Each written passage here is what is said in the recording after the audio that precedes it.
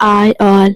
జీవన ఆనందితో ఈసారి లీగల్ గా నీకు ఏమైనా డౌట్ ఉంటే నన్ను అడగొచ్చు అని అంటూ ఉంటే, అవునా, అయితే ఏ సెక్షన్ కింద ఉరి శిక్ష వేస్తారో చెప్పు అని అంటూ ఉంటే, అది కూడా తెలియదు అనుకుంటున్నావా? IPC section 53. ఓహో, అయితే చీటింగ్ కి ఏ సెక్షన్ వేస్తారు అని అడుగుతూ ఉంటే ఒకసారిగా జీవన అలానే షాక్ అయి చూస్తూ ఉంటుంది. అదే, ఒకరిని మోసం చేయడం, వాళ్ళకి తెలియకుండా వాళ్ళ వివరాలు తీసుకోవడం, మాయం చేయడం, అలా చీటింగ్ చేస్తే వాళ్ళకి ఏ సెక్షన్ కింద అరెస్ట్ చేస్తారో చెప్పు అని చెప్పడంతో ఇక జీవన షాక్ అయి ఆనంది వైపు చూస్తూ, ఇవన్నీ నన్నెందుకు అడుగుతున్నావు? ఇండియన్ పీనల్ సెక్షన్ 415 అని చెప్పడంతో మళ్ళీ జీవన అలానే చూస్తూ ఉంటుంది. ఒకరిని మోసం చేస్తే 1 సంవత్సరం పాటు ఈ సెక్షన్ కింద జైలు శిక్ష వేయొచ్చు తెలుసా అని చెప్తూ ఉంటే ఇక జీవన మనసులో నేనే ఆ వీడియోస్ డిలీట్ చేశానని తెలిసిపోయిందేమో అని అనుకుంటూ ఉంటే, ఏం మాట్లాడవేంటి జీవన అని అంటుంటే, ఏం మాట్లాడాలి? ఇంట్లో కూర్చొని ఇల్లు ఊడవడం, వంట చేయడం, ఇల్లు తుడవడం, ఇలాంటి పని చేసే వాళ్ళకి సెక్షన్లతో పని లేదనుకుంటా. జీవన, ఒక్క మాట గుర్తుపెట్టుకో, నన్ను మోసం చేసిన మనిషిని ఇంటి పెద్ద ముందు నిలబెట్టి నేను దేనికి పనికొస్తానో దేనికి పనికిరానో అందరి ముందు తేలుస్తాను.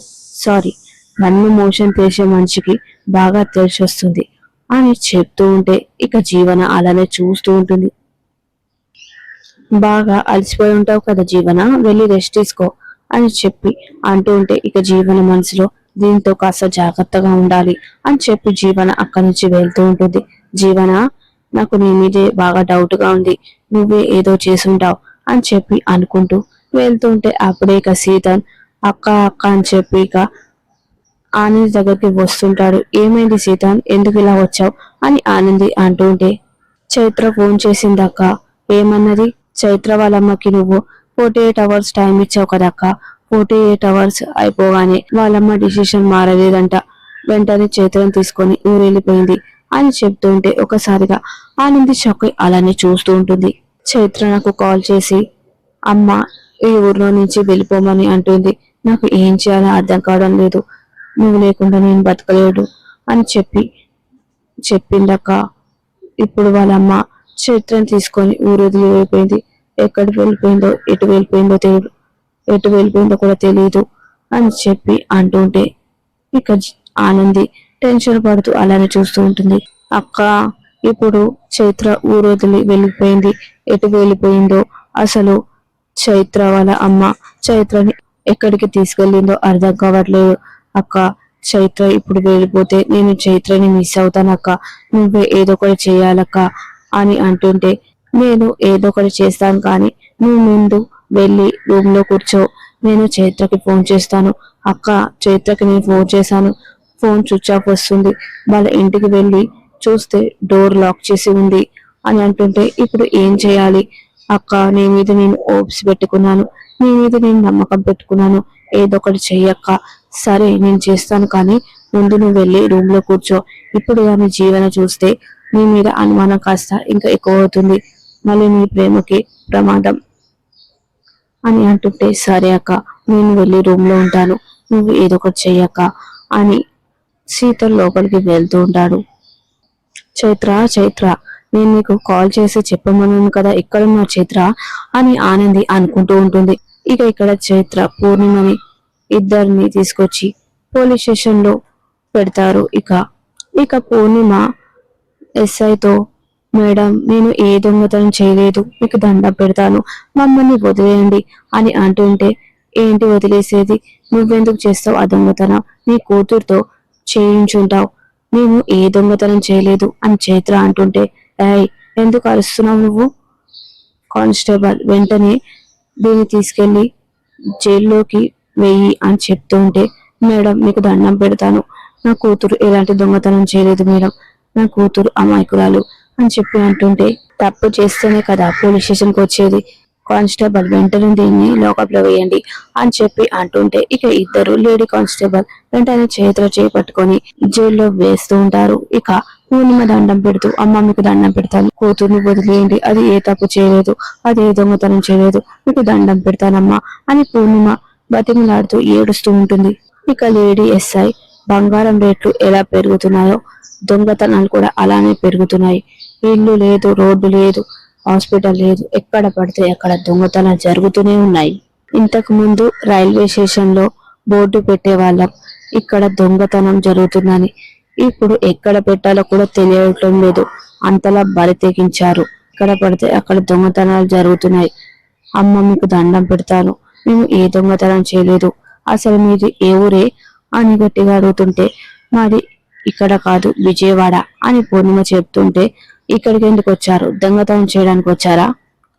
లేదమ్మా, నా కూతురు ఒక లాయర్, ఇక్కడే అసిస్టెంట్ పోస్ట్ లో జాబ్ చేస్తుంది అని పూర్ణిమ చెప్తుంటే ఓహో ఈ దొంగ ఒక లాయరా, మీరు చెప్పింది మీరు నమ్మాలంటే మీరు వెంటనే ఒక పని చేయాలి, మీరు పనిచేస్తున్న ఎండి పేరు చెప్పండి, ఆ కంపెనీ పేరు చెప్పండి అని అంటుంటే ఇక పూర్ణిమ ఆలోచిస్తూ ఉంటే లోపల ఉన్న Chaitra Sunanda group of company అని చెప్పి అంటూ ఉంటుంది.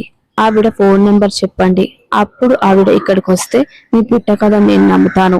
సరే మేడం నేను చెప్తాను అని చైత్ర చెప్తుంటే ఏ ఆగవే, ఎవరి నెంబర్ చెప్తావు, ఎవరి నెంబర్ చెప్పాల్సిన అవసరం లేదు, మనం ఎవరికి చెప్పుకోవాల్సిన అవసరం లేదు, మనం ఎవరికి ఈ విషయం చెప్పాల్సిన అవసరం లేదు అని అంటుంటే మేడం మాకు ఎవరి సాయం అవసరం లేదు, మేము దొంగతనం చేయలేదని మీరు నమ్మితే చాలు, దయచేసి అమ్మని వదిలిపెట్టండి మేడం అని అంటుంటే మీరు బస్టాండ్లో బ్యాగ్ దొంగతనం చేశారు, కంప్లైంట్ ఇచ్చింది ఎవరో కాదు ఎస్పీ గారి డ్రైవర్, ఎఫ్ఐఆర్ కూడా ఫైల్ అయింది, పోనీ మిమ్మల్ని నమ్ముదామంటే మీరు ఫోన్ నెంబర్ కూడా చెప్పడం లేదు, పోనీ పోనీ మీ భర్త పేరు చెప్పండి అని అంటుంటే ఒక్కసారిగా సునంద టెన్షన్ పడుతూ కంగారు పడుతూ ఉంటుంది.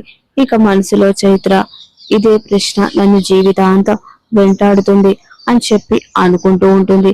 ఇక ఇక్కడ సీతన్ చైత్రకి కాల్ చేస్తూనే ఉంటాడు, ఫోన్ స్విచ్ ఆఫ్ వస్తుంది.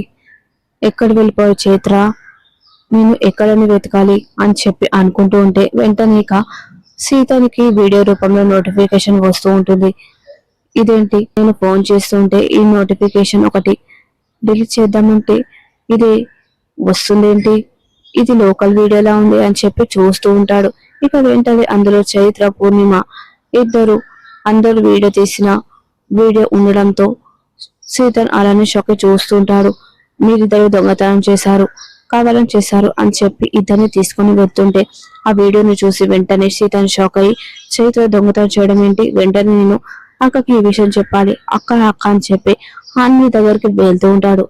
అక్క అక్క అని చెప్పి ఇక అన్ని దగ్గరికి వచ్చి చైత్ర దొరికిందా అని చెప్పి ఇక ఆనంది అంటుంటే ఒకసారి ఈ వీడియో చూడక్క అని చెప్పి అంటూ ఉంటాడు. ఇక వెంటనే ఆనంది వీడియో చూస్తూ ఉంటుంది. అందులో చైత్ర పూర్ణిమ ఇద్దరు దొంగతనం చేస్తూ ఉండడం చూసి బస్ స్టాండ్ లో ఉన్నారా అని అంటుంటే లేదు, చైత్ర దొంగతనం చేస్తుందని చెప్పి ఎవరో అతను జైల్లో పెట్టించారు, అయితే ఇప్పుడు చైత్ర వాళ్ళ అమ్మ ఇద్దరు పోలీస్ స్టేషన్ లో ఉన్నారన్నమాట, ఇప్పుడు మనం వెంటనే పోలీస్ స్టేషన్ కి వెళ్ళాలి, అక్క వాళ్ళిద్దరు వెళ్ళిపోతారని తెలిస్తే నువ్వు పంపించేస్తావా అక్క, ఇప్పుడు కారణం ఏంటో కూడా తెలియదు కదరా, మనం వాళ్ళని అడగాలి, అప్పుడు వెళ్ళిపోవాలా లేదా అని చెప్పి మనం ఆలోచించాలి, ఈ విషయం ఎవరికి చెప్పకు, తెలిస్తే గొడవ అవుతుంది, మనం వెంటనే పోలీస్ స్టేషన్ కి వెళ్ళాలి అని చెప్పి ఇద్దరు పోలీస్ స్టేషన్ కి వెళ్తూ ఉంటారు.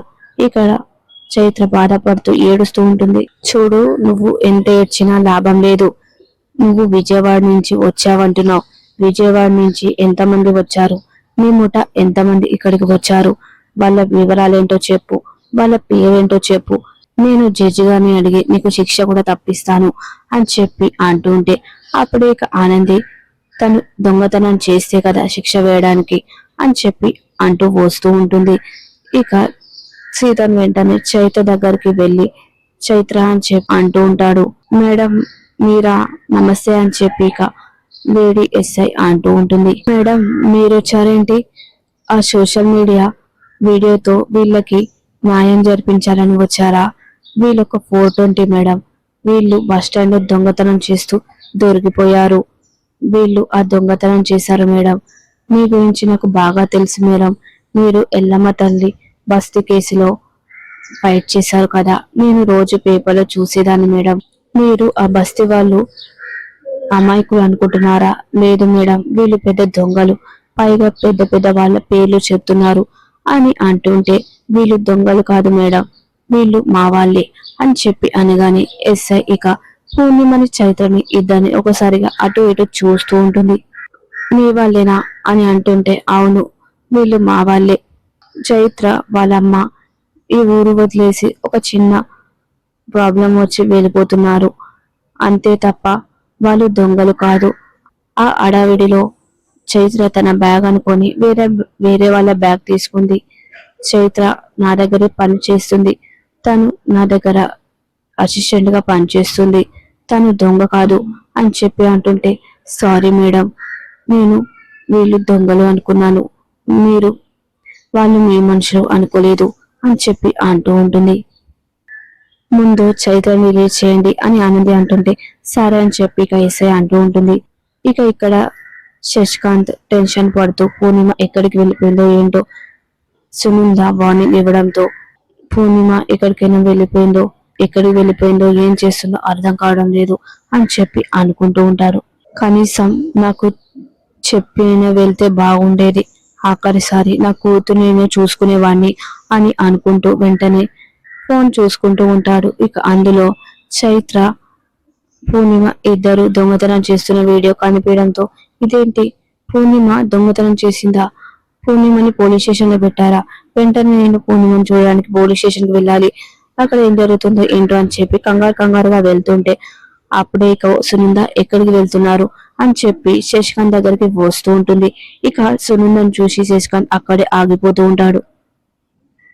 ఎక్కడికి వెళ్తున్నారో తెలుసుకోవచ్చా అని అంటుంటే, ఎక్కడికి అంటే బయట చిన్న పని ఉంది సునంద, అదే ఎక్కడికి అని తెలుసుకోవచ్చా, ఫ్రెండ్ ని కలవడానికి. ఏ ఫ్రెండ్, అబ్బాయా అమ్మాయా అని అంటుంటే, నువ్వు పూర్తిగా మనుషుల్ని అర్థం చేసుకోవడం మానేశావు సునంద. అవునండి, చాలా మానేశాను. ఒక మనిషిని గుడ్డిగా నమ్మడం మానేశాను, ఒక మనిషిని నమ్మి మోసపోవడం మానేశాను, అందరూ నాలా ఉన్నారు అనుకోవడం మానేశాను, అందరూ నాలానే ఉంటారు అనుకున్నాను. అవును సునంద, అందరూ నీలా ఇలా ఉంటారు, ఒక మనిషి చెప్తున్నారంటే వాళ్ళని పూర్తిగా చెప్పనివ్వాలి, చెప్పి వాళ్ళని అర్థం చేసుకోవాలి. ఒక్కోసారి ఎదుటి వాళ్ళు నిజాలు చెప్తుంటే నిజాలు తెలుసుకోవాలి. ఒక్కోసారి అబద్ధం చెప్పాల్సి వస్తే చెప్తాడు, కానీ అది ఎందుకో తెలుసుకోవాలి, దానికి కారణం ఏంటో తెలుసుకోవాలి. ఒక మనిషి నిజం చెప్పలేకపోతున్నాడంటే ఎదుటి వాళ్ళు బాధపడుతున్నారనే దాంట్లో కూడా ఆలోచించాలి, కానీ దాంట్లో ప్రేమకి నిజాయితీ తగ్గిపోవడం అని గురించి కాదు అని అంటుంటే, ఇక సునంద, నిజాయితీ గల ప్రేమ ఎప్పటికీ మోసం చేయదండి. ఒకసారి దొరికిపోయిన తర్వాత కూడా ఒక మనిషి మీద నమ్మకం పెట్టుకోవడం చిన్న విషయం కాదు. అలాంటి నమ్మకాన్ని రెండోసారి కూడా పోగొట్టుకోవడం అంటే ఆ మనిషి ప్రేమకి విలువ ఇవ్వనట్టే అని చెప్పి అంటూ ఉంటే, ఇక శశికాంత్ అలానే చూస్తూ ఉంటాడు. విలువ ఇవ్వనప్పుడు నేనెందుకు ఆ మనిషిని నమ్మాలి అని అంటుంటే, నీతో వాదించలేను సునంద, ఇప్పుడు నేను బయటికి వెళ్ళాలి అని వెళ్తుంటే, అదే ఎక్కడికి, చిన్న పని ఉందని చెప్పాను కదా, బిజినెస్ వ్యవహారాలు, పర్సనల్ వ్యవహారాలు మన ఇద్దరికి కలిసే కదా చేస్తాం, అలాంటిది నాకు తెలియకుండా ఏమై ఉంటుంది అని అంటుంటే, మరి ఇంత అనుమానం ఏంటి సునంద, సరే అయితే నేను కూడా వస్తాను పదండి. ఎక్కడికి వస్తావు, మీతో పాటే వస్తాను. ఇక శశికాంత్ ఏం చేయలేక అలానే తల పట్టుకుని నిల్చొని ఉంటాడు. ఇప్పుడు నేను సునందని అబ్బి పూర్ణిమ దగ్గరికి ఎలా వెళ్ళాలి అని మనసులో అనుకుంటూ ఉంటాడు. ఇక ఇక్కడ సునంద కూడా మనసులో, మీరు పూర్ణిమ దగ్గరికి వెళ్ళాలనుకుంటున్నారు, పూర్ణిమని వెళ్లకుండా ఆపుతారా అని అనుకుంటూ ఉంటుంది. ఇక ఇక్కడ ఎస్ఐ ఆనంద్కి బెయిల్ ఇచ్చి చైత్రని విడిపిస్తూ ఉంటుంది. థ్యాంక్ యూ మేడం, నన్ను నమ్మి చైత్రకి బెయిల్ ఇచ్చినందుకు అని చెప్పి అంటూ ఉంటే, మేడం నేను ఎస్పీ గారిని పిలిపించి కేసు వెనక్కి తీసుకునేంత వరకు వీళ్ళ బాధ్యత మీది అని చెప్పి అంటుంటే, ఇక ఆనంది ఇద్దరి వైపు చూస్తూ ఉంటుంది. వాళ్ళు ఊరు వదిలి వెళ్ళకూడదు అని అంటుంటే, లేదండి మేము మా ఊరు వెళ్ళిపోతాం అని చెప్తుంటే ఇక సీతన్ కోపంగా, వెళ్ళిపోతా అంటున్నారు, ఎక్కడికి వెళ్తారా ఆంటీ? అసలు మీరు ఎందుకు వెళ్తున్నారో కూడా అర్థం కావడం లేదు. నేను ఫోన్ చేసి చైత్రకి చెప్పాను నేను వచ్చేంత వరకు ఆగమని చెప్పి, కానీ మీరు ఆగకుండా అలానే వెళ్ళిపోయారు. అలా మీరు తొందరపడే పరిస్థితి ఇక్కడి వరకు తీసుకొచ్చారు. నేను చైత్రం ప్రేమించుకున్నాము, అలా మమ్మల్ని విడదీయడం కరెక్టేనా అని అంటుంటే ఇక ఆనంది, సీతన్ ఆగు అని చెప్పి ఏంటక్క నువ్వు ఆంటీకి 48 అవర్స్ టైం ఇచ్చావు, 48 అవర్స్ అయిపోగానే నీకు చెప్పేసి వెళ్ళాలి కదా, కానీ వీళ్ళు చెప్పేసి వెళ్ళలేదు, అలానే చెప్పకుండా వెళ్తున్నారు. ఇలా ఒక ప్రేమ జంటని విడగొట్టడం మంచిదేనా? మేమిద్దరం ప్రేమించుకున్నాం, జీవితాంతం కలిసి ఉండాలనుకున్నాం. ప్రేమించడం తప్ప కలిసి ఉండాలనుకోవడం తప్పు కాదు కదా. మేము పెళ్లి చేసుకోవాలనుకున్నాం, అది కూడా పెద్దల్ని ఒప్పించి. మీరు మా పెళ్లికి ఒప్పుకుంటారనే నమ్మకంతోనే కదా మీకు ఈ విషయం చెప్పాము. పేరెంట్స్ ఒప్పించి పెళ్లి చేసుకుందామని ఈ విషయం ఇంట్లో చెప్పి మిమ్మల్ని ఒప్పించాలని ట్రై చేశాం, కానీ మీరు ఇది వినకుండా ఇక్కడ నుంచి వెళ్ళిపోతున్నారు. ఒక ప్రేమ జంట ఇంట్లో ఒప్పిస్తుందంటే వాళ్ళు ఎంత నిజాయితీ వాళ్ళో ఆలోచించండి. అలా అని చెప్పి మేము పారిపోయి లేచిపోయి పెళ్లి చేసుకోవడం లేదు, అలా చేస్తే తప్పు అని చెప్తూ ఉంటే ఇక ఎస్ఐ ఆనంది ఇద్దరు చూస్తూ ఉంటారు. ఇక సీతన్ చైత్ర చేయి పట్టుకొని, నేను చైత్రని ప్రేమించాను, మేమిద్దరం ప్రేమించుకున్నాం, ఇద్దరం ఒకరిని విడిచి ఒకరు ఉండలేము, అలా అని చెప్పి మీరు చైత్రని తీసుకుని వెళ్తే చైత్ర జీవితాంతం బాధపడుతూ ఉంటుంది. మీరు కన్నీళ్లు తుడుస్తారా? లేదు, ఎందుకంటే కన్నీళ్లు తెప్పించింది మీరే కాబట్టి. మేము అలా విడిపోతే ఎవరికి బాధ? చైత్రకి నాకే బాధ. అప్పుడు మీరు కూడా చైత్రను చూసే జీవితాంతం బాధపడుతూ ఉంటారు. ప్లీజ్ అంటే మమ్మల్ని అర్థం చేసుకోండి అని చెప్పి అంటూ ఉంటాడు. ఇప్పుడు మీరు వెళ్తానంటే నేను మీతో పరిగెత్తలేను, నేను చైత్రని విడిచి బతకలేను. ప్లీజ్ అంటే నాకు ఒక అవకాశం ఇవ్వండి, మేమిద్దరం ప్రేమించుకున్నాం, మమ్మల్ని విడదీయాలని చూడకండి, మీకు దండం పెడతాను అని చెప్పి అంటుంటే, ఇంతలా మీ అమ్మాయిని ప్రేమించే మనిషిని మీరెందుకు కాదనుకుంటున్నారు అని ఎస్ఐ అంటుంటే ఇక ఆనంది లేచి నిలబడి, ఆవిడ భయాలేవో ఆవిడకు ఉన్నాయండి, చైత్ర మనం బయటికి వెళ్ళి మాట్లాడుకుందాం మేడం, మేము ఆ ఇల్లు ఖాళీ చేసి వచ్చేసాం అని అంటుంటే, ఇప్పుడు మనం మాట్లాడుకుందాం చైత్ర, ఎస్ఐ గారు చెప్పారు కదా మీరు కేసు అయిపోయేంత వరకు ఈ ఊరు వదిలి వెళ్ళకూడదని, నేను బయట మాట్లాడతాను పదండి అని చెప్పి ఆనంది చైత్ర అందరూ కలిసి బయటికి వెళ్తూ ఉంటారు. ఇక ఇక్కడ శశికాంత్ అలానే బాధపడుతూ ఉంటాడు. ఇక మనసులో సునంద పూర్ణిమ దగ్గరికి వెళ్తున్నాడా, అసలు పూర్ణిమ ఓ నుంచి వెళ్తుందని తెలిసి ఆపడానికి వెళ్తున్నాడా, లేదా ఇంకేదైనా కారణంతో వెళ్తున్నా, మరి నేను ఇలా అనుమానించడం కరెక్ట్ కాదు అని చెప్పి అనుకుంటూ ఉంటుంది. నేను తనతో మామూలుగా మాట్లాడతాను అని చెప్పి సునంద శశికాంత్ దగ్గరికి వెళ్తూ ఉంటుంది. మన ఇద్దరం ఇప్పుడు భార్యాభర్తలుగా మాట్లాడుకుందాం, చెప్పు సునంద, ఇలా కాదు, లాంగ్ డ్రైవ్ కి వెళ్ళి మాట్లాడుకుందాం, మీరు ఒక క్యాజువల్ వేర్ వేసుకోరండి, కంఫర్ట్ గా ఉండే వేర్ వేసుకోరండి, అలా లాంగ్ డ్రైవ్ కి వెళ్తూ సరదాగా మాట్లాడుకుందాం అని అంటుంటే ఇక శశికాంత్ ఆలోచిస్తూ ఉంటాడు. నేను ఎంత చెప్తున్నా మీరు ఆలోచిస్తున్నారా, వెళ్ళి వేసుకోరండి అని చెప్తూ ఉంటే ఇక శశికాంత్ అక్కడి నుంచి వెళ్తూ ఉంటాడు. రే శశికాంత్, నువ్వు ఇంత చేతగానోడివి ఏంటిరా, నీ రెండో భార్య స్టేషన్లో ఉంటే నువ్వు కాపాడుకోలేని పరిస్థితిలో ఉన్నావు. పూర్ణి ఇప్పుడు ఎలాంటి పరిస్థితుల్లో ఉందో ఏంటో, అసలు పూర్ణి అక్కడ ఏం చేస్తున్నారో ఏంటో అని చెప్పి బాధపడుతూ ఉంటాడు. నేను పూర్ణిమని ఎలా కాపాడాలి, పూర్ణిమకి నేను తప్ప ఎవరు తెలియదు అని చెప్పి ఇక వెంటనే ఫోన్ తీసి ఈ చుట్టుపక్కల పోలీస్ స్టేషన్ అడిగితే పూర్ణి ఎక్కడుందో తెలుస్తుంది అని చెప్పి అంటుంటాడు. ఇక వెంటనే పోలీసుకి ఫోన్ చేసి, హలో ఎస్ఐ గారు, మీతో ఒక విషయం మాట్లాడాలి, అది పూర్ణి అని చెప్పి అంటుంటే అప్పుడే ఇక సునంద వస్తూ ఉంటుంది. ఇక ఎదురుగా ఉన్న సునందని చూసి శశికాంత్ ఒకసారిగా షాక్ అయి అలానే చూస్తూ ఉంటాడు. ఇక సునంద కూడా కోపంగా అలానే చూస్తూ ఉంటుంది. ఇక కోపంతో సునంద శశికాంత్ దగ్గరికి వచ్చి, ఇప్పుడు మీ నోటి నుంచి ఎవరి పేరు వచ్చింది, అది ఎవరి పేరు కాదు సునంద, నేను విన్నాను అని చెప్పి గట్టిగా అంటూ ఉంటుంది. ఇక ప్రోమోలో ఆనంది వస్తూ ఉంటే ఇక అప్పుడే శశికాంత్ వస్తూ ఉంటాడు. ఇక ఆనంది అని చెప్పి పిలుస్తుంటే అప్పుడే ఇక సునంద వచ్చి, ఎక్కడికి వెళ్ళావు ఆనంది అని అడుగుతుంటే, చిన్న పని మీద బయటికి వెళ్ళాను, ఏంటా పని అని అడుగుతూ ఉంటే ఇక మనసులో శశికాంత్, పూండికి బేరిచ్చిందని చెప్తుందేమో అని అనుకుంటూ ఉంటాడు. ఇక బ్యాక్గ్రౌండ్ లో మనకి వినిపించకుండా ఆనంది ఏదో చెప్తుంటే ఇక శశికాంత్ షాక్ అయి అలానే చూస్తుంటాడు. ఇక సునంద కూడా చూస్తూ ఉంటుంది. మరేం జరగబోతుందో చూద్దాం.